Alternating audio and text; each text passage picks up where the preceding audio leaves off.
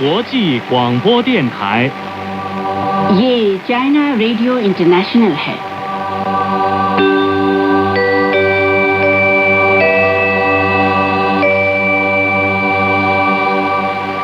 नमस्कार, ये China radio international है। श्रोता दोस्तों, अब हमारा हिंदी कार्यक्रम आरंभ होता है। आज के इस कार्यक्रम में समाचारों के बाद चीनी कहानी कार्यक्रम के तहत चीन की नीति कथाएं और चीनी उपन्यास पश्चिम की तीर्थ यात्रा प्रस्तुत किए जाएंगे। अंत में होगा रोजमर्रा की चीनी भाषा। अब सुनिए आज के मुख्य समाचार। चीन ने मिर्जा फखरुल इस्लाम आलमगीर को बांग्लादेश का राष्ट्रपति निर्वाचित होने पर बधाई दी। चीन और स्विट्जरलैंड ने मुक्त व्यापार समझौता अपग्रेड वार्ता पूरी की। चीनी वाणिज्य मंत्रालय ने ड्रोन पर अमेरिकी टैरिफ आदि ज्वलंत मुद्दों पर प्रतिक्रिया दी। अब आप दिव्या पांडे से सुनिए आज के पूरे समाचार।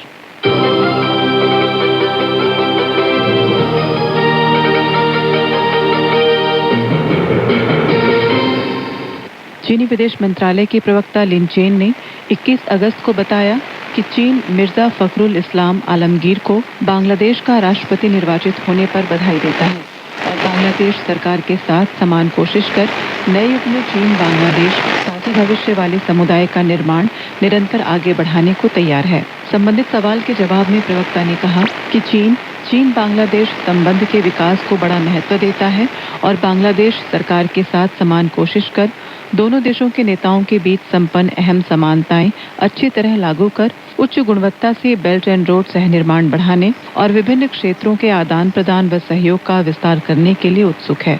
चीनी वाणिज्य मंत्री वांग वंथाओ ने 20 अगस्त को बर्न में स्विट्जरलैंड संघ के अध्यक्ष और अर्थव्यवस्था, शिक्षा व अध्ययन मंत्री गाई पर्मेलिन के साथ संयुक्त रूप से घोषणा की कि चीन और स्विट्जरलैंड ने मुक्त व्यापार अपग्रेड वार्ता पूरी की है। वांग वंथाओ ने बताया कि सितंबर 2024 में दोनों देशों ने मुक्त व्यापार समझौते के अपग्रेड पर वार्ता शुरू की। दोनों पक्षों की समान कोशिशों से 5 दौर के सलाह मशवरे के बाद अपग्रेड वार्ता सफलतापूर्वक संपन्न हुई है।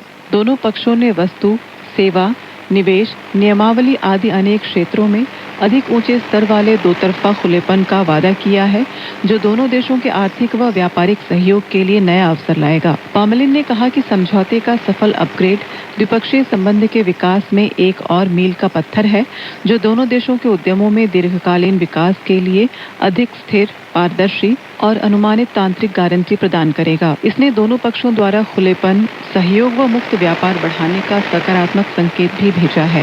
चीन स्विट्जरलैंड मुक्त व्यापार समझौते पर 2013 में हस्ताक्षर हुए और उसका कार्यान्वयन 2014 में हुआ, जो चीन और यूरोप के महाद्वीपीय देशों के बीच पहला मुक्त व्यापार समझौता है। 20 अगस्त को चीनी वाणिज्य मंत्रालय द्वारा आयोजित नियमित प्रेस कॉन्फ्रेंस में प्रवक्ता हे यातोंग ने ड्रोन पर अमेरिकी टैरिफ और विदेशी सब्सिडी विनियमन का उपयोग करके संबंधित चीनी संस्थाओं की यूरोपीय संघ द्वारा की जा रही सीमा पार जांच के खिलाफ चीन के नए निषेधाज्ञा सहित कई ज्वलंत मुद्दों पर प्रतिक्रिया दी। हे यातोंग ने कहा कि चीन लगातार ये कहता रहा है कि अमेरिकी धारा 232 के उपाय राष्ट्रीय सुरक्षा की आड़ में लागू की गई एक तरफा और संरक्षणवादी नीति है। वास्तव में चीन द्वारा अमेरिका को निर्यात किए जाने वाले ड्रोन मुख्य रूप से कृषि, उपकरण निरीक्षण और फिल्म एवं मनोरंजन जैसे नागरिक अनुप्रयोगों में उपयोग किए जाते हैं। अमेरिका द्वारा धारा 232 के तहत लागू किए गए उपाय राष्ट्रीय सुरक्षा की अवधारणा को बढ़ा चढ़ाकर पेश करते हैं, व्यापारिक साझेदारों पर अलग अलग शुल्क दरें थोपते हैं, संबंधित चीनी उत्पादों के साथ भेदभाव करते हैं, चीनी उद्यमों के हितों को गंभीर रूप से नुकसान पहुंचाते हैं, वैश्विक ड्रोन उत्पादन और आपूर्ति श्रृंखला सहयोग व्यवस्था को बाधित करते हैं और निष्पक्ष प्रतिस्पर्धा वाले बाजार वातावरण को और कमजोर करते हैं। चीन इसका कड़ा विरोध करता है। 20 अगस्त को पूर्वी चीन के लियाओनिंग प्रांत के तालियन शहर में 2026 एपेक ऊर्जा थिंक टैंक फोरम का आयोजन किया गया। इसमें एपेक के 16 सदस्य अर्थव्यवस्थाओं, अंतर्राष्ट्रीय संगठनों, थिंक टैंकों और अनुसंधान संस्थानों के 100 से अधिक प्रतिनिधियों ने भाग लिया। प्रतिनिधियों ने ऊर्जा सुरक्षा और क्षेत्रीय लचीलापन, ऊर्जा प्रौद्योगिकी और नवाचार सहयोग, बहुपक्षीय सहयोग और थिंक टैंक नेटवर्क के निर्माण जैसे मुद्दों पर गहन चर्चा की। साथ ही एशिया प्रशांत क्षेत्र में व्यावहारिक ऊर्जा सहयोग को और मजबूत करने तथा साझा समृद्धि को बढ़ावा देने के लिए विचारों पर सहमति बनाई गई। एशिया प्रशांत क्षेत्र के आर्थिक विकास और समृद्धि के लिए ऊर्जा एक महत्वपूर्ण आधार है। मौजूदा जटिल और अस्थिर अंतर्राष्ट्रीय ऊर्जा स्थिति को देखते हुए सभी प्रतिभागियों ने माना कि कि एशिया प्रशांत अर्थव्यवस्थाओं को संस्थागत सहयोग के जरिए मौजूदा बाधाओं को और कम करना चाहिए। इसके साथ ही ऊर्जा सुरक्षा और हरित बदलाव के बीच बेहतर तालमेल स्थापित करने, प्रमुख मूलभूत प्रौद्योगिकियों में सहयोग और नवाचार को मजबूत करने तथा क्षेत्रीय ऊर्जा बाजारों के बीच संपर्क बढ़ाने की जरूरत है। इससे एशिया प्रशांत क्षेत्र में एक मजबूत और लचीली ऊर्जा सुरक्षा प्रणाली बनाने में मदद मिलेगी। चीनी राष्ट्रीय सांख्यिकी ब्यूरो द्वारा 21 अगस्त को जारी आंकड़ों के अनुसार 2026 में चीन में प्रारंभिक चावल का कुल उत्पादन 28 अरब 29 करोड़ किलोग्राम तक पहुंच गया, जो लगातार 6 वर्षों से 28 अरब किलोग्राम से अधिक पर स्थिर बना हुआ है और समग्र स्थिरता को बनाए रखा है। जल्दी पकने वाली धान की खेती का क्षेत्रफल थोड़ा बढ़ गया है। चीनी राष्ट्रीय सांख्यिकी ब्यूरो के ग्रामीण प्रभाग के निदेशक वेई फेंगहुआ ने कहा कि इस वर्ष देश ने अनाज उत्पादन के लिए अपना समर्थन बढ़ाना जारी रखा है। कृषि को मजबूत करने, किसानों को लाभ पहुंचाने और ग्रामीण क्षेत्रों को समृद्ध बनाने के लिए कई नीतियां लागू की हैं, जिससे किसानों की बुआई संबंधी उम्मीदें स्थिर हुई हैं।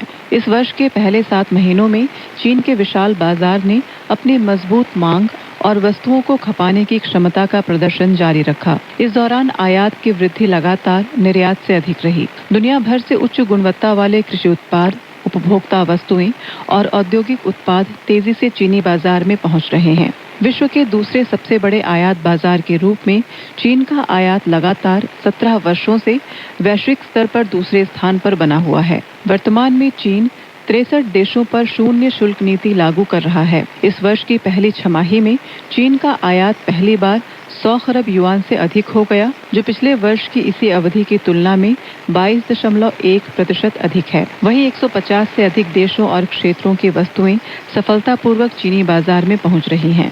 चीन और रूस के बीच चौथा संयुक्त आर्कटिक वैज्ञानिक अभियान 20 अगस्त को रूस के सुदूर पूर्व में स्थित व्लादिवोस्तोक शहर से शुरू हुआ। दोनों देशों के शोधकर्ता आर्कटिक क्षेत्र में हो रहे तेज जलवायु परिवर्तन पर महत्वपूर्ण और मौलिक वैज्ञानिक शोध करेंगे। इस दौरान उत्तर पश्चिमी प्रशांत महासागर और आर्कटिक महासागर पर विशेष ध्यान दिया जाएगा। शुभारंभ समारोह में रूसी विज्ञान अकादमी की सुदूर पूर्वी शाखा के प्रशांत समुद्र विज्ञान संस्थान के कार्यवाहक निदेशक यूरी पावलोविच वासिलेंको ने कहा कि यह संयुक्त वैज्ञानिक अभियान रूस और चीन के बीच संबंधों को मजबूत करने के साथ ही आर्कटिक और प्रशांत क्षेत्रों में दोनों देशों के सहयोग को बढ़ावा देने में मदद करेगा। उन्होंने कहा कि वर्तमान में आर्कटिक समुद्री मार्ग से माल ढुलाई लगातार बढ़ रही है और वैश्विक अर्थव्यवस्था में इसका महत्व भी बढ़ता जा रहा है। 19 से 23 अगस्त तक चीन की राजधानी पेचिंग के यीचुआंग में 2026 विश्व रोबोट सम्मेलन आयोजित किया जा रहा है। इस सम्मेलन में 300 से अधिक कंपनियां 3000 से अधिक उत्पादों के साथ हिस्सा ले रही हैं, जिनमें 300 से अधिक नए उत्पाद शामिल हैं। 5 दिवसीय इस आयोजन ने रॉयटर्स, EFE और द इंडिपेंडेंट समेत कई अंतर्राष्ट्रीय मीडिया संस्थानों का ध्यान आकर्षित किया है। इन मीडिया रिपोर्टों में चीन के रोबोटिक्स उद्योग की तेजी से बढ़ती ताकत को प्रमुखता से सामने रखा गया है। स्पेनिश समाचार एजेंसी EFE ने अपनी रिपोर्ट चीनी रोबोट प्रदर्शन से व्यावहारिक इस्तेमाल की ओर में कहा कि इस साल के सम्मेलन में रोबोट अब केवल प्रदर्शन या तस्वीरों के लिए खड़े नजर नहीं आ रहे हैं। वे पार्सल छांट रहे हैं, सामान पैक कर रहे हैं, कपड़े मोड़ रहे हैं और कचरा साफ कर रहे हैं। इसके अलावा सिमुलेटेड सुपरमार्केट और यातायात प्रबंधन जैसे परिदृश्यों में भी रोबोट काम करते दिखाई दे रहे हैं।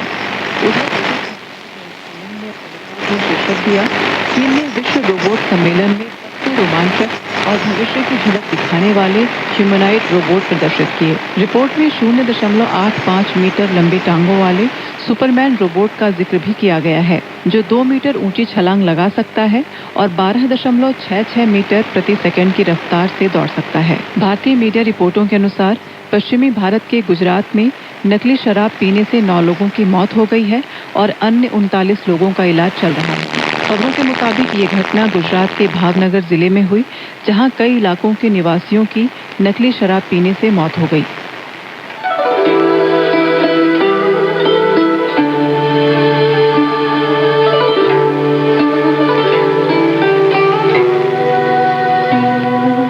यह चाइना रेडियो इंटरनेशनल है।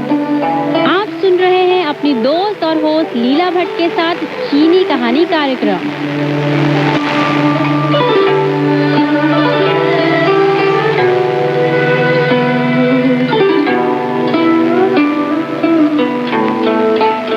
चीनी कहानी कार्यक्रम में आप सभी का बेहद स्वागत है।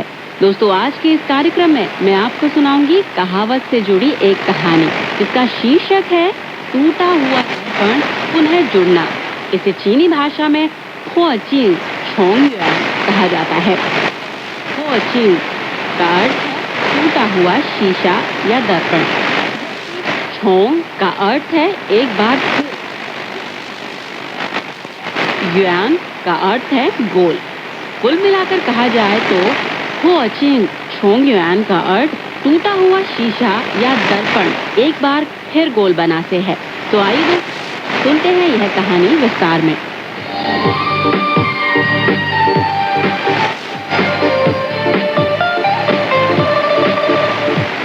दर्पण चीनी पारंपरिक साहित्य में व्यापक तौर पर प्रयोग किए जाने वाली चीज है।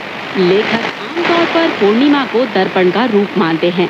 इसके साथ ही दर्पण का प्रयोग कर किसी व्यक्ति की प्रशंसा करते हैं जो कोई खामी नहीं है। कभी कभार कहा जाता है कि किसी का मन दर्पण जैसा है, तो इसका मतलब यह है कि वह मन से बहुत साफ है और अंतर्दृष्टि से भरा है। चीनी कहावत टूटा हुआ दर्पण पुनः जोड़ना यानी चीनी भाषा में हुओजिंग छोंगयुआन बहुत लोकप्रिय है। इससे जुड़ी कहानी प्राचीन काल से आज तक प्रचलित है। कहानी में सच्चे प्रेम से बंधे दंपत्ति के जुदा होने के बाद फिर से मिलने का उल्लेख किया गया है। दोस्तों, कहानी 6वीं शताब्दी की है। उस जमाने में चीन के उत्तरी भाग में शक्तिशाली स्वे राज्य का शासन था, जबकि दक्षिण चीन में कुछ छोटे छोटे राज्य अलग अलग शासन कर रहे थे।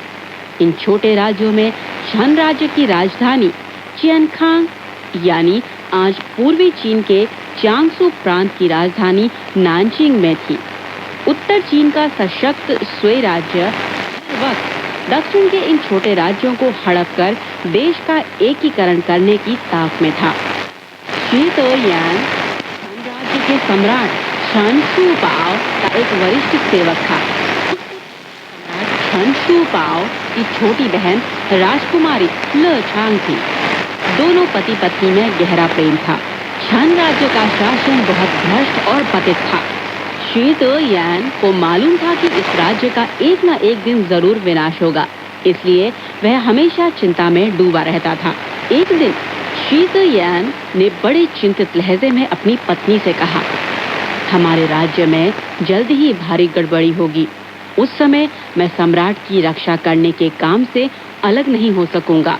हम दोनों को मजबूरन अलग होना पड़ेगा, लेकिन जब हम जिंदा रहेंगे तो पुनः मिलने का मौका अवश्य आएगा। हमें एक ऐसी चीज अपने पास सुरक्षित रखनी चाहिए जो पुनः मिलने के समय साक्षी होगी। राजकुमारी ले छांग अपने पति के सुझाव पर सहमत हो गई। तो शी तोयान ने तांबे से बना एक गोलाकार दर्पण निकाला और उसके 2 टुकड़े कर दिए। उसने एक टुकड़ा अपने पास रखा और दूसरा टुकड़ा पत्नी को दे दिया। फिर शी तोयान ने अपनी पत्नी ले छांग से कहा, यदि हम दोनों जुदा हो गए तो हर साल पहले माह की 15वीं तारीख को अपना अपना आधा टुकड़ा वाला दर्पण बाजार में बेचने के नाम पर आए। जब तक मैं जिंदा हूँ तब तक मैं वहाँ जरूर देखने आऊंगा।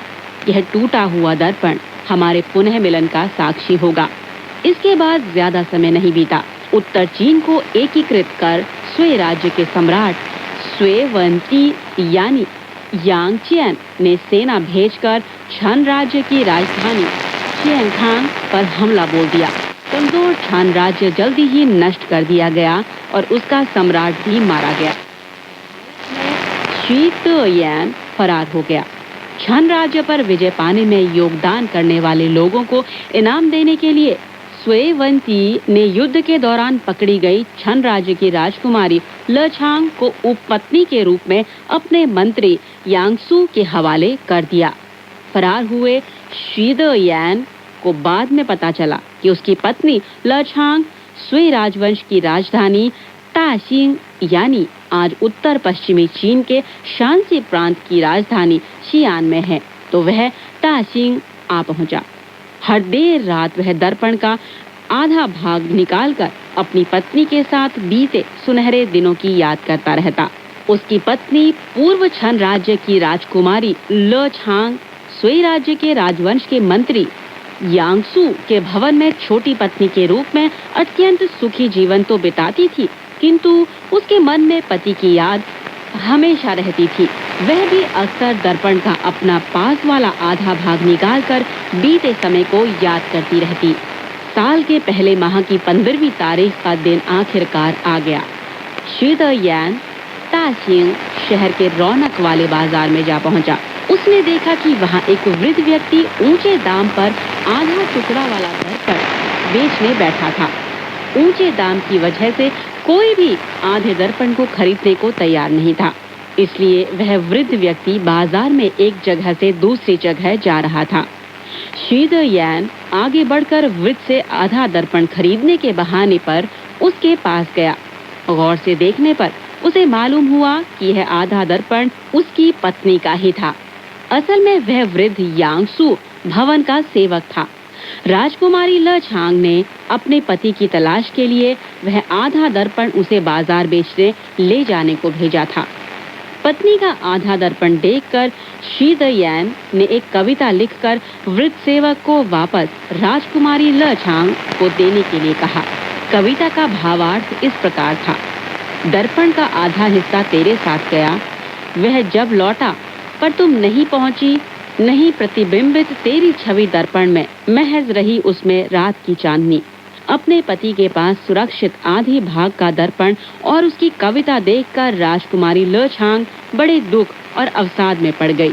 वह रोज आंसू बहाती और खाने पीने में उसका बिल्कुल भी मन नहीं लगता। यांगसू को जब उसकी असली स्थिति का पता चला तो वह उसके सच्चे प्रेम से बेहद प्रभावित हुआ। उसने शीदयान को अपने मंत्री भवन में बुलाकर राजकुमारी लछांग को उसे सौंप दिया और दोनों को उनके गृह स्थल वापस जाने दिया।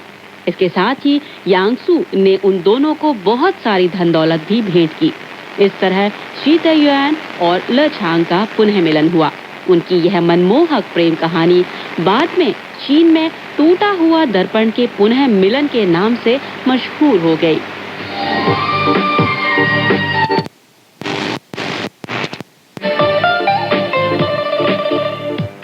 तो दोस्तों, अभी आपने सुनी कहावत से जुड़ी कहानी, जिसका शीर्षक था टूटा हुआ दर्पण पुनः जुड़ना। इसे चीनी भाषा में फोचिंग छोंगयुआन कहा जाता है।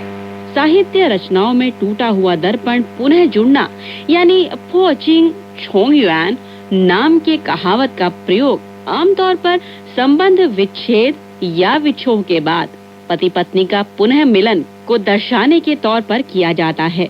इसके उल्टे कभी कभार टूटा हुआ दर्पण पुनः जुड़ना मुश्किल है, यानी चीनी भाषा में फोचिंग नानयुआन का प्रयोग किया जाता है। इसमें नान का अर्थ है मुश्किल और कठिन। इस कहावत का मतलब है कि वस्तुगत कारण से पति पत्नी को अलग होना पड़ता है।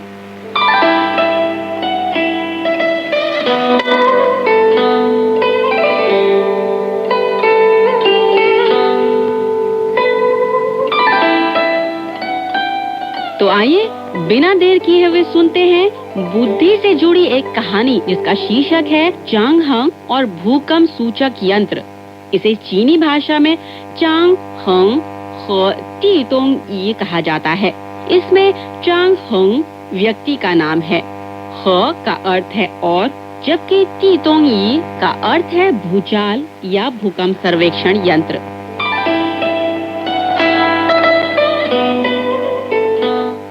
प्राचीन चीन के पूर्वी हान राजवंश यानी 25 से 220 ईस्वी पूर्व तक के काल में राजधानी लुओयांग और उसके नजदीकी स्थानों में अक्सर भूकंप आया करता था। ऐतिहासिक ग्रंथों के मुताबिक 89 से लेकर 140 ईस्वी पूर्व तक के 50 सालों के दौरान इस क्षेत्र में 33 बार भूकंप आ गया था, जिनमें से वर्ष 119 में 2 बार भयंकर भूकंप आए, जिनसे आसपास की 10 से अधिक काउंटियां प्रभावित हुई। बड़ी संख्या में मकान ढह गए, बड़ी संख्या में लोग और जानवर मारे गए। भूकंप से लोगों में बड़ा भय और हड़बड़ाहट मची। सम्राट को डर था कि कहीं भगवान मानव से गुस्सा तो नहीं, इसलिए उन्होंने प्रजा से और अधिक कर वसूल कर भगवान की पूजा विनती करने का अनुष्ठान शुरू कर दिया। उस समय चीन में एक महान वैज्ञानिक था जिसका नाम था चान हंग। चान हंग ने खगोल शास्त्र, पंचांग शास्त्र तथा गणित शास्त्र में गहन अध्ययन किया था और असाधारण उपलब्धियां प्राप्त की थी। उन्हें भूचाल के बारे में तत्काल चल रहे अंधविश्वास पर यकीन नहीं था। उनके विचार में भूकंप एक प्रकार की प्राकृतिक आपदा है, लेकिन उसके संदर्भ में मानव का ज्ञान अत्यंत कम था। इसलिए चान हंग ने भूकंप का अपना अनुसंधान अधिक बढ़ाया। चान हंग ने हर भूकंप का बारीकी से सर्वेक्षण किया और उसके बारे में विस्तृत लेख लिखे। वैज्ञानिक तरीके से भूकंप की उत्पत्ति के कारणों का विश्लेषण भी किया। वर्षों का अथक प्रयास रंग लाया। वर्ष 132 में उन्होंने चीन और विश्व के पहले भूकंप सर्वेक्षण यंत्र का आविष्कार किया, जिसका नाम रखा गया भूचाल यंत्र। चांग हंग का भूचाल यंत्र पीतल से बनाया गया, जो दिखने में एक गोलाकार हांडी सा लगता था। यंत्र का व्यास करीब 1 मीटर था। यंत्र के भीतर बीच में तांबे का एक स्तंभ और बाहरी अंग पर 8 पतले कान से डंडे जड़े हुए थे। यंत्र के बाहर ऊपरी हिस्से के चारों ओर 8 ड्रैगन की मूर्तियां ढालकर बनाई गई थी। 8 ड्रैगन 8 कान से डंडों से जुड़े थे। उनके सिर थोड़ा सा ऊपर की ओर उठे हुए थे, जो पूर्व, दक्षिण, पश्चिम, उत्तर, उत्तर पूर्व, दक्षिण पूर्व, उत्तर पश्चिम और दक्षिण पश्चिम की 8 दिशाओं में मुख किए हुए थे। हर ड्रैगन के मुंह में एक छोटी सी कांस्य गेंद थी। हर एक के नीचे एक कान से मेंढक ऊपर बैठा हुआ था। उसका माथा ऊपर की ओर उठा हुआ था, मुंह बड़ा सा खुला हुआ था। यदि ड्रैगन के मुंह में से एक छोटी गेंद बाहर निकली तो वह अवश्य मेंढक के मुंह में जा गिरेगी। भूचाल यंत्र के ड्रैगन और मेंढक आकृति में भी बहुत सुंदर और रोचक बनाए गए थे। देखने में मानो दोनों एक दूसरे से क्रीड़ा कर रहे हों। चांग हंग के डिजाइनर के अनुसार अगर किसी दिशा में भूकंप का झटका आया तो भूचाल यंत्र का पतला कान से डंडा उसी दिशा में हिल जाता, जिससे ड्रैगन का मुंह खुल जाता। उसमें से वह छोटी गेंद कांपकर बाहर गिर जाती और नीचे बैठे मेंढक के मुंह में गिर जाती और इसके साथ ठन की ध्वनि भी आती थी, जो लोगों को इस बात की जानकारी देता था कि किस दिशा में भूकंप आया है। 133 ईस्वी पूर्व में लोयांग क्षेत्र में भूकंप आया। इसका झटका चांग हंग के भूचाल यंत्र से सटीक पता चल गया। इसके बाद के 4 सालों में लोयांग में क्रमशः 3 बार भूकंप आए। हर एक का पता भूचाल यंत्र से लगाया गया, कोई चूक नहीं हुई। वर्ष 138 के फरवरी माह के एक दिन चांग हंग ने देखा कि भूचाल यंत्र पर पश्चिम की दिशा में लगे ड्रैगन के मुंह में से छोटी गेंद बाहर निकलकर गिरी, लेकिन किसी को भूकंप का झटका महसूस नहीं हुआ। तो चांग हंग के भूचाल यंत्र को शंका की नजर से देखने वाले लोगों का मुंह खुला और उन्होंने भूचाल यंत्र को बेकार कहा। किंतु 3 दिन के बाद लोयांग शहर के पश्चिम में स्थित कांसू प्रांत से एक दूत राजधानी आया। उसने सम्राट को यह रिपोर्ट दी कि वहाँ भयंकर भूकंप आया था। तभी से सभी लोग मानने लगे कि चांग हंग का भूचाल यंत्र सचमुच एक बेहद सटीक वैज्ञानिक यंत्र था। चांग हंग के इस आविष्कार के बाद चीन उनके भूचाल यंत्र से भूकंप का सर्वेक्षण करने लगा।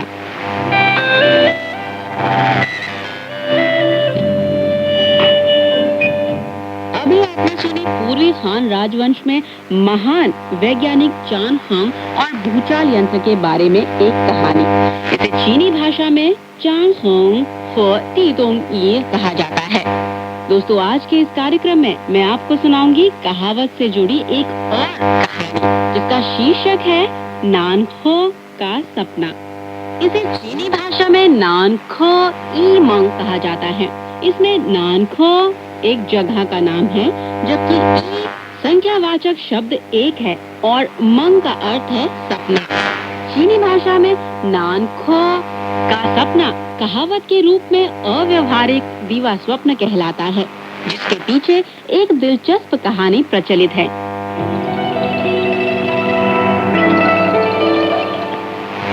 ईस्वी 9वीं शताब्दी में शुनयू फन नाम का एक व्यक्ति रहता था। उसे शराब पीना बेहद पसंद था। उसके घर के आंगन में एक विशाल हरा भरा चाइना स्कॉलर का वृक्ष खड़ा था, गर्मियों की रात चांदनी वृक्ष के पत्तों से छटती थी। रात को पवन चलती और वृक्ष घर वालों को गर्मी से बचाते हुए शीतल छाया देता था। शुन ये फन के जन्मदिन के अवसर पर घर पर बड़ी दावत हुई। बड़ी संख्या में रिश्तेदार और मित्र बधाई देने आए।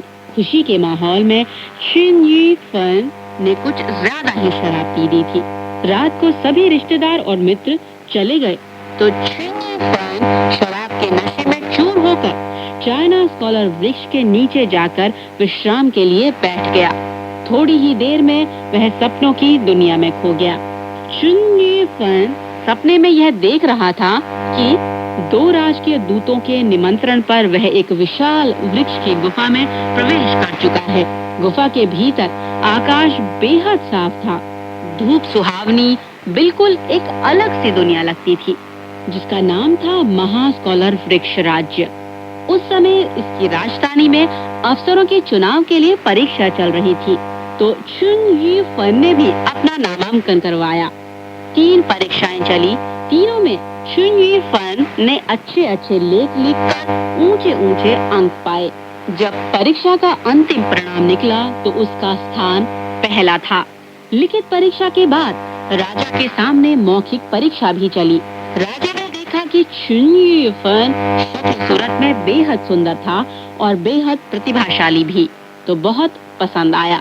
राजा ने शुन ये फन को अफसरों के चुनाव की परीक्षा में अव्वल दर्जे का चुना और अपनी पुत्री राजकुमारी की उससे शादी करवाई।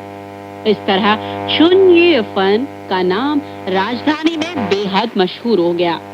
शादी के बाद पति पत्नी का विवाहित जीवन बेहद सुखमय रहा। कुछ समय बाद राजा ने शुन ये फन को नानखे शहर के महापौर के पद पर नियुक्त किया। शुन ये फन बड़ी मेहनत से काम करता रहा, अपनी प्रजा को प्यार करता था और साफ सुथरा प्रशासन चलाता था, इसलिए स्थानीय निवासियों में उसकी अच्छी साख थी। शीघ्र ही 30 साल बीते। शुन ये फन का प्रशासनिक कार्य देश भर में प्रसिद्ध हो गया और उसके भी 5 पुत्र और 2 पुत्रियां जन्मी और जीवन बड़ा सुखी चल रहा था। राजा ने कई बार उसे शाही दरबार में पदोन्नति के लिए बुलाना चाहा, लेकिन स्थानीय निवासियों ने उसे नानखे में प्रशासन जारी रखने के लिए रोक दिया। स्थानीय निवासियों का प्यार और समर्थन देखकर शुन ये फन को नानखे में रुकना पड़ा। राजा ने उसके योगदान की प्रशस्ति में बड़ी राशि में धन दौलत दी। फिर एक दिन शानलुओ राज्य की सेना ने महास्कॉलर वृक्ष राज्य पर हमला बोला। महास्कॉलर वृक्ष राज्य के सेनापतियों को राजा की आज्ञा पर दुश्मन का मुकाबला करने के लिए भेजा गया, लेकिन उन सभी को दुश्मन सेना से हार खानी पड़ी। पराजय की खबर राजधानी तक पहुंचने के बाद राजा बेहद घबरा गया। उसने आपात तौर पर अधिकारियों की बैठक बुलाई। अपनी सेना की भारी हार और दुश्मन सेना के राजधानी के नजदीक आने की खबर सुनकर सभी मंत्रियों और अधिकारियों के मुंह का रंग उड़ गया। उनके दिमाग से कोई भी विचार नहीं निकला।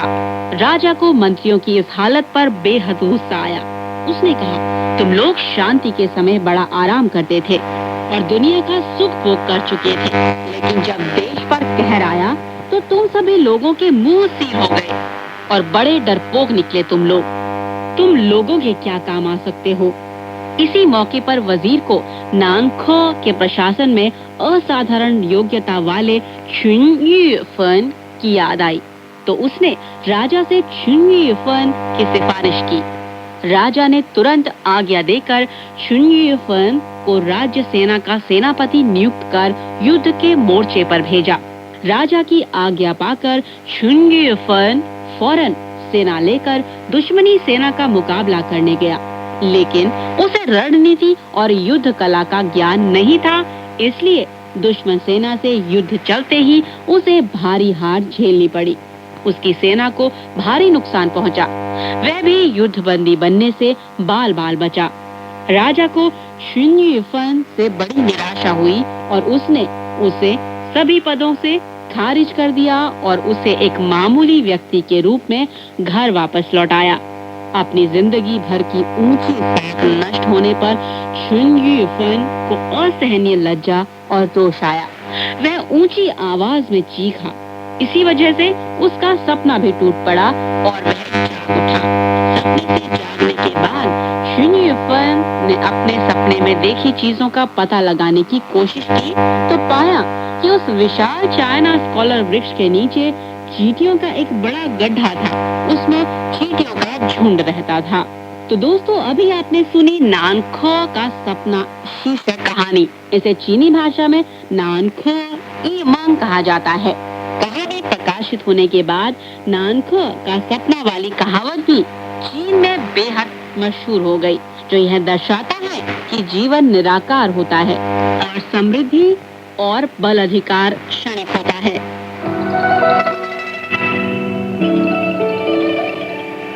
तो आइए दोस्तों, सुनते हैं एक और कहानी जो बुद्धिमानी से जुड़ी है और जिसका शीर्षक है मोची की नगर प्रतिरक्षा। इसे चीनी भाषा में मो शाओ छांगकुई कहा जाता है। इसमें मो प्राचीन युद्ध काल में मशहूर दार्शनिक मोती का नाम है। उनके सम्मान में लोग उन्हें माची पुकारते हैं। दूसरे शब्द शौ का अर्थ है नगर की रक्षा करना। तीसरा शब्द शांग का अर्थ है बनना और चौथा शब्द कुई का अर्थ है नियम।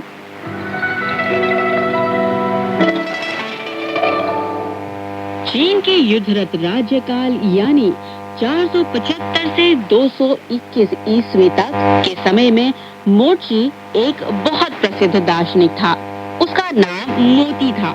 लोग उनके सम्मान में उन्हें मोची कहते हैं।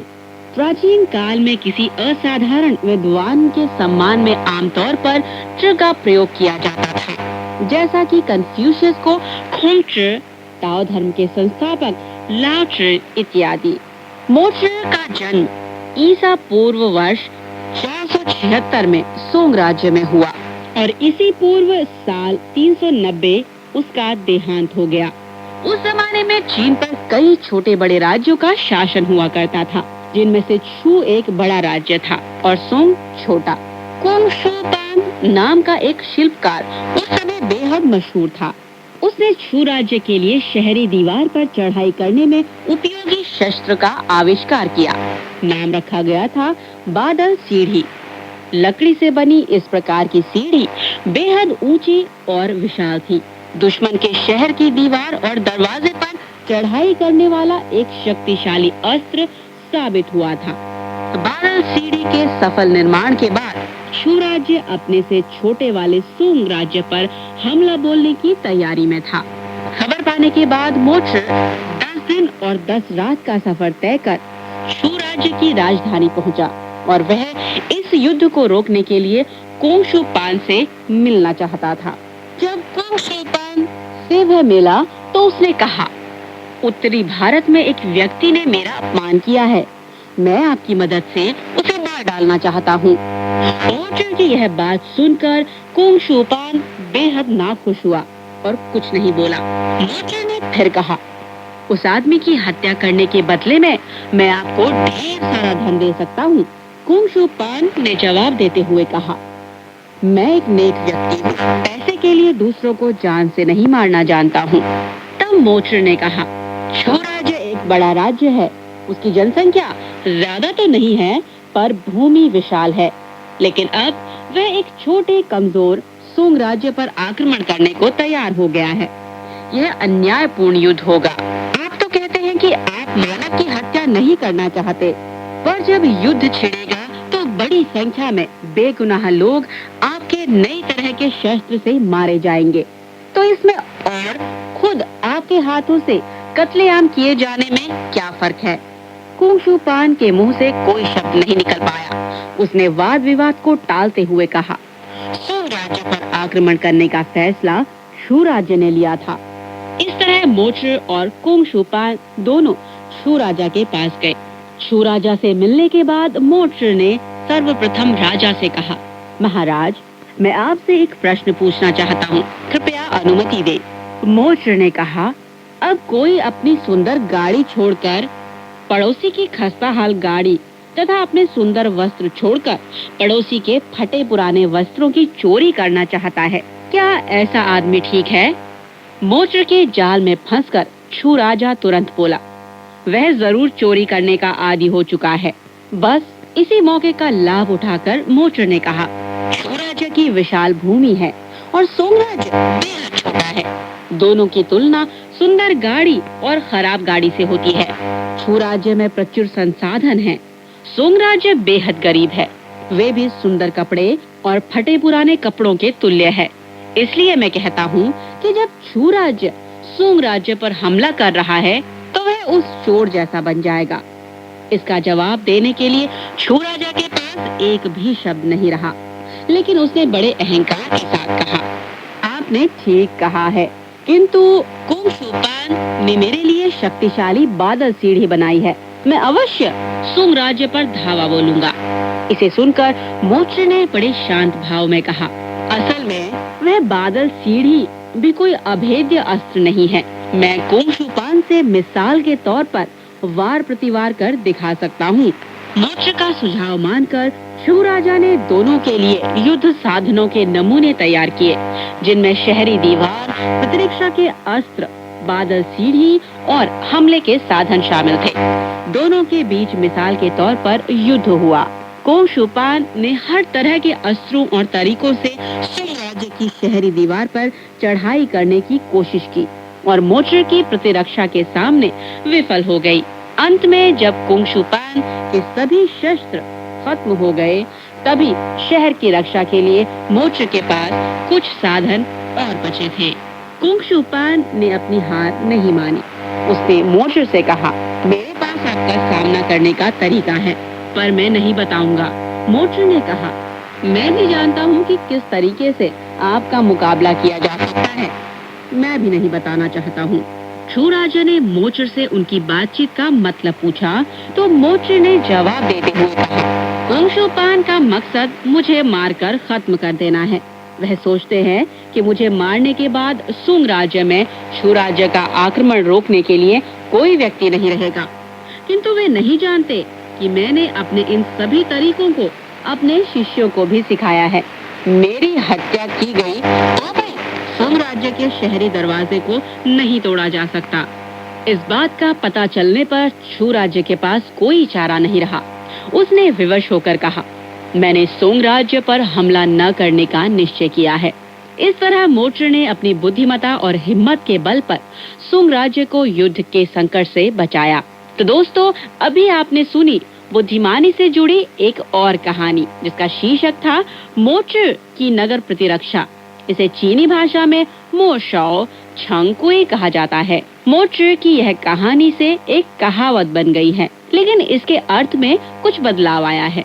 पुरानी घिसी पिटी लीक पर चलने और रूढ़िवाद से चिपके रहने के दौरान इस शब्द मो शाओ छंगकुई का प्रयोग किया जाता है।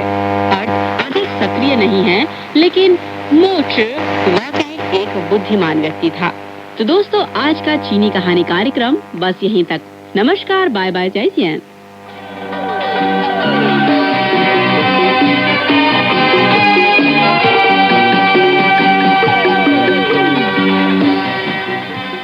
यह चाइना रेडियो इंटरनेशनल है। अब शुरू होता है पश्चिम की तीर्थ यात्रा महासागर का समय।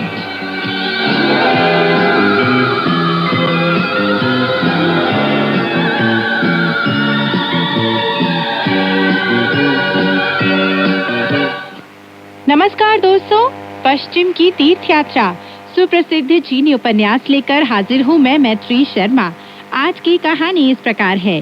दोस्तों, अब तक आपने कहानी में सुना कि वानर स्वभाव से ही उतावला था, इसलिए वह अपने आप को रोक नहीं पाया और जोर से दहाड़ता हुआ अपने असली रूप में लौट आया और तेजी से राजकुमारी पर झपट पड़ा।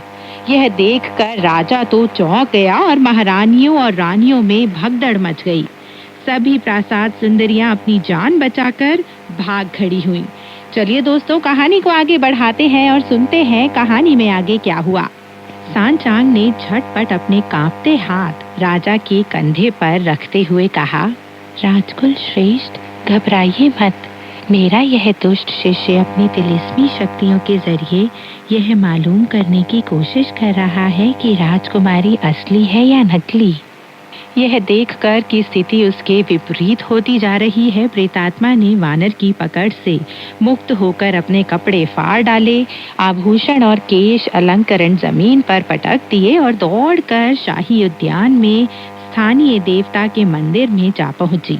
वहां से वह घन के सिर के आकार की एक छोटी सी गदा उठा लाई और तेजी से वानर की तरफ मुड़कर गदा से उस पर ताबड़तोड़ वार करने लगी। वानर तुरंत उसका मुकाबला करने के लिए तैयार हो गया और अपने लौह दंड से उस पर जवाबी प्रहार करने लगा। दोनों एक दूसरे पर जोर जोर से चीखते चिल्लाते हुए शाही उद्यान में लड़ने लगे। दोनों ने आकाश के बीचों बीच पहुंचकर लड़ाई में अद्भुत तिलिस्मी शक्तियों का प्रयोग किया। आकाश के बीचों बीच दोनों के बीच में भयंकर युद्ध होता देखकर नगर के आम लोग बहुत ही ज्यादा डर गए और राज दरबार के अधिकारी गण डर के मारे थर थर कांपने लगे। श्रद्धेय धर्माध्यक्ष राजा को सहारा देते हुए उसे लगातार ढांढस बंधाता रहा। डरिए मत सज्जन। राजन, कृपया महारानी और शेष लोगों से भी कहिए कि वे बिल्कुल भी ना डरे। आपकी राजकुमारी एक नकली राजकुमारी है। जब मेरा शिष्य उसे पकड़ लेगा तब आप अपनी आंखों से देख सकेंगे कि वह असली है या नकली।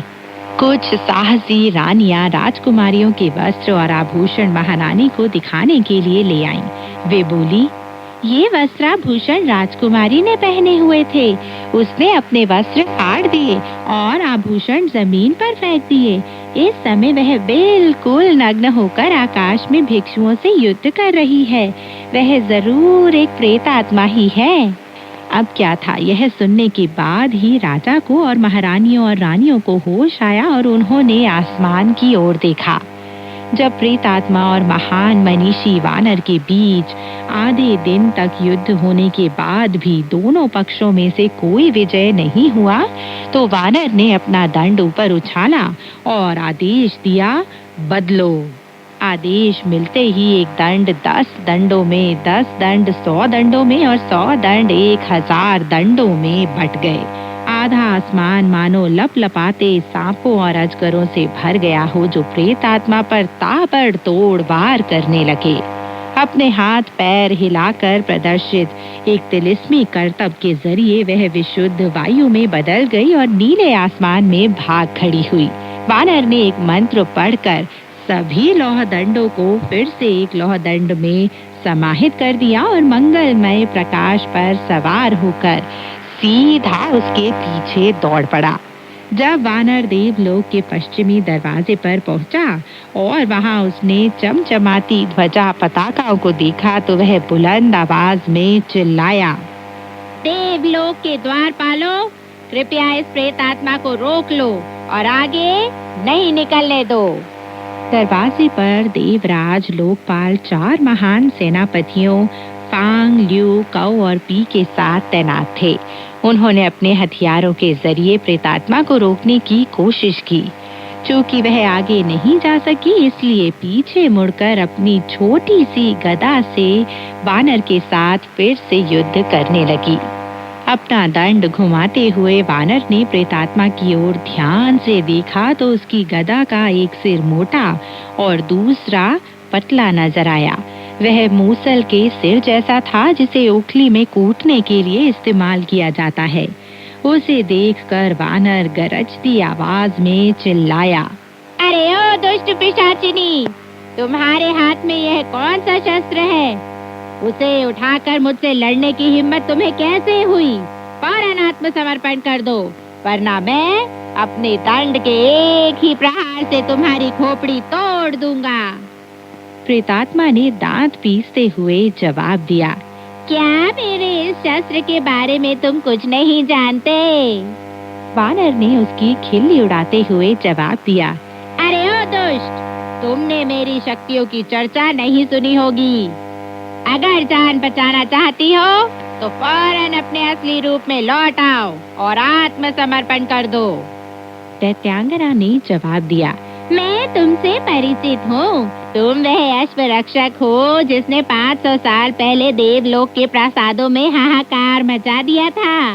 असलियत तो ये है कि मुझे तुम्हें रास्ता देना चाहिए था, लेकिन क्योंकि तुमने मेरे विवाह का विध्वंस कर डाला है, इसलिए मैं तुमसे उतनी ही नफरत करती हूँ जितना कोई अपने माता पिता के कातिल से करता है। अब स्थिति बर्दाश्त के बाहर होती जा रही है। मैं तुम्हें जान से मार डालूंगी। अरे ओ अश्वरक्षक, क्योंकि तुमने देवलोक के कायदे कानूनों को तोड़ा है। अश्वरक्षक के संबोधन से महान मनीषी वानर को खास चिढ़ थी। इसलिए जब उसने यह सुना तो उसके तो तन बदन में आग लग गई। उसने अपना लौह दंड उठाकर प्रेत आत्मा के मुंह पर दे मारा। प्रेत आत्मा ने अपनी गदा से जवाबी प्रहार किया। देवलोक के पश्चिमी दरवाजे के सामने भीषण युद्ध छिड़ गया। वानर के साथ युद्ध के 12 से ज्यादा दौर पूरे करने के बाद प्रेतात्मा को पता चल गया कि उसके दंड की चोट कितनी मजबूत और तेज है। उसे लगने लगा कि वह इस युद्ध में नहीं जीत पाएगी। अपनी मूसल-नुमा गदा से पैंतरा बदलकर उसने अपने शरीर को झकझोरा और स्वर्णिम प्रकाश की 10,000 किरणों में दक्षिण की ओर पलायन कर दिया। वानर उसका पीछा करने लगा। अचानक वे एक विशाल पर्वत पर पहुंच गए, जहां प्रेत आत्मा ने अपने स्वर्णिम प्रकाश को नीचे उतार लिया और एक गुफा में गायब हो गई। वानर को चिंता हो गई कि वह कहीं यहाँ से भागकर लौट न जाए और वहाँ प्रच्छन्न रूप से थांग महाभिक्षु को हानि न पहुँचाए। इसलिए उसने पर्वत को अच्छी तरह पहचान लेने के बाद अपना मेघयान घुमाकर राजधानी की तरफ प्रस्थान कर दिया। तीसरे पहर कोई 4 बज चुके थे। राजा सांचांग को थामकर थर थर कांप रहा था और कह रहा था, बचाओ परम पावन भिक्षुवर, मुझे बचाओ। सभी महारानियां और रानियां भी डर रही थीं। तब महान मनीषी ने अपने मेघयान से नीचे उतरकर जोर से कहा, गुरुदेव, मैं वापस आ गया हूँ। सांचांग ने कहा, अपनी जगह से हिलो मत उखुन। तुम्हारी वजह से राजकुल श्रेष्ठ को डरना नहीं चाहिए। अब मैं तुमसे पूछता हूँ, उस नकली राजकुमारी का क्या हुआ? जय प्रसाद के बाहर खड़े वानर ने अपने दोनों हाथों को जोड़कर जवाब दिया, नकली राजकुमारी एक प्रेत आत्मा है। पहले मैंने आधे दिन तक उससे युद्ध किया, वह मुझे हरा नहीं पाई, इसलिए विशुद्ध वायु में बदल गई और सीधे देवलोक के दरवाजे की ओर उड़ गई। मैंने जोर से चिल्लाकर देवताओं से अनुरोध किया कि वे उसका रास्ता रोक लें। तब वह अपने असली रूप में लौट आई और उसने एक बार फिर मेरे खिलाफ युद्ध के 12 से ज्यादा दौर पूरे किए।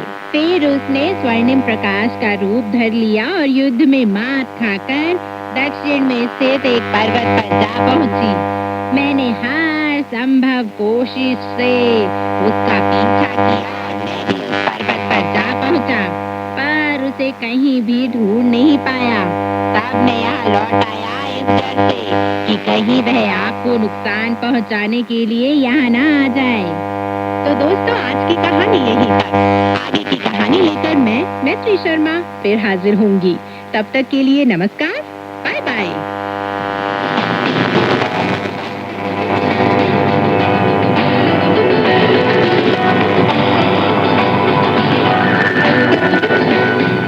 用你的母语学汉语，每日汉语。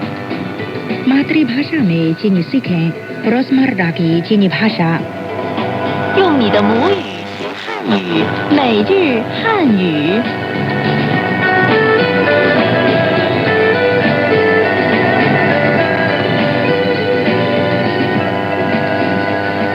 ये चैना रेडियो इंटरनेशनल है। श्रोताओं को सावधान का प्यार भरा नमस्कार। श्रोताओं को राकेश वत्स का भी नमस्कार। रोजमर्रा की चीनी भाषा कार्यक्रम सुनने के लिए आपका हार्दिक स्वागत। अब आज के पाठ के मुख्य वाक्य। 快叫救护车， तुरंत एम्बुलेंस बुलाओ। 他流了很多血。उसके शरीर से काफी खून निकल गया है। 没有生命危险吧？ उसकी जान को कोई खतरा तो नहीं है। 最好住院观察几天。 अस्पताल में कुछ दिन रहना बहुत अच्छा है।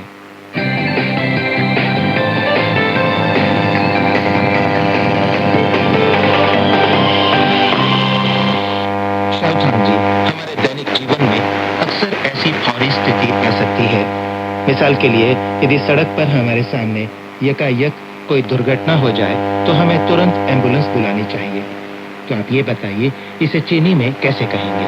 आप कह सकते हैं 快叫救护车 快叫救护车 快 तुरंत या जल्द 快 叫 बुलाना 叫 救护车 एम्बुलेंस 救护车 快叫救护车 तुरंत एम्बुलेंस बुलाओ 快叫救护车 आइए सुने आज के बाद की पहली बातचीत 有人受伤了快叫救护车！ 快 का अर्थ है तुरंत या जल्द 快 叫 बुलाना 叫 救护车 एम्बुलेंस 救护车 快叫救护车 तुरंत एम्बुलेंस बुलाओ 快叫救护车 यहाँ मैं ये भी कहना चाहती हूँ कि प्रशंसा, आश्चर्य या क्रोध आदि के भाव प्रदर्शित करने के लिए चीनी वाक्यों के अंत में ह, आ, न आदि शब्दों का प्रयोग किया जाता है। उदाहरण के लिए 有人受伤了 यानी कि कोई व्यक्ति घायल हो गया है। इस वाक्य में ल से चिंता का भाव व्यक्त हुआ है। 有人受伤了 आए एक बार फिर सुने आज के बाद की पहली बातचीत 有人受伤了 快叫救护车！ शाहजहां जी, उसके शरीर से काफी खून निकल गया है। चीनी भाषा में इस वाक्य को कैसे कहेंगे? 他流了很多血 他流了很多血 他 वो या 他 流 निकलना 流 ल क्रिया पूरी होने को बताने के लिए प्रयोग किया जाता है। 了 काफी 很多 血 खून 血 他流了很多血 उसके शरीर से काफी खून निकल गया है। 他流了很多血 आए अब आज के बाद की दूसरी बातचीत सुने 他流了很多血， 快叫救护车 घायल की क्या स्थिति है? उसकी जान को कोई खतरा तो नहीं है ना? आप डॉक्टर से पूछ सकते हैं 没有生命危险吧 उसकी जान को कोई खतरा तो नहीं है ना? 没有生命危险吧？没有 नहीं होना 没有生命 जान 生命危险 खतरा 危险 पा वाक्य के अंत में लगने वाला शब्द 吧？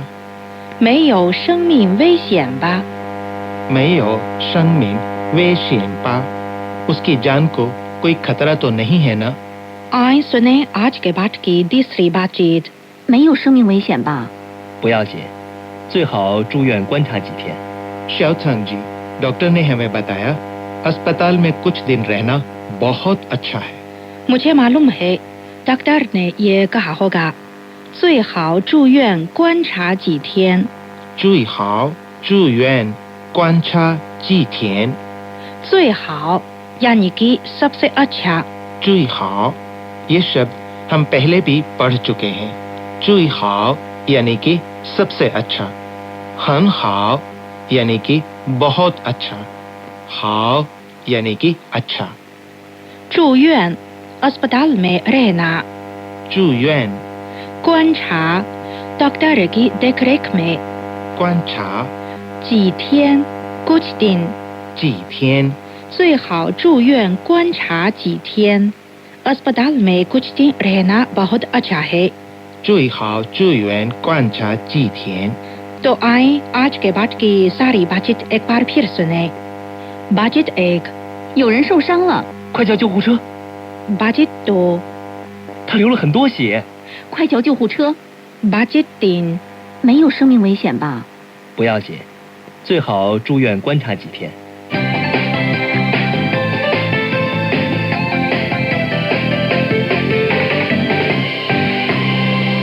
अच्छा श्रोता दोस्तों, आज का पाठ यहीं तक। अब शाओथांग और राकेश वत्स को आज्ञा दें, फिर मिलेंगे। नमस्कार। नमस्कार।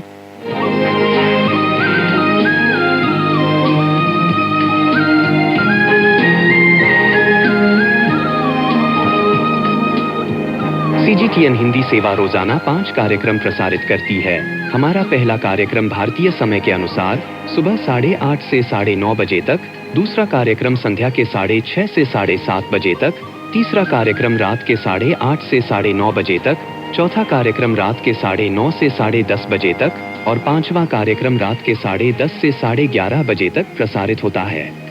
कार्यक्रमों के मीटर बैंड इस प्रकार है: सुबह 8:30 से 9:30 बजे 13,720 किलोहर्ट्ज, शाम 6:30 से 7:30 बजे 9,635 किलोहर्ट्ज, रात 8:30 से 9:30 बजे तक 7,225 किलोहर्ट्ज, रात 9:30 से 10:30 बजे 7,395 किलोहर्ट्ज, रात 10:30 से 11:30 बजे 1,269 किलोहर्ट्ज। अब इंटरनेट पर CGTN की हिंदी वेबसाइट भी खुली हुई है। इसे देखने के लिए हम आपका हार्दिक स्वागत करते हैं।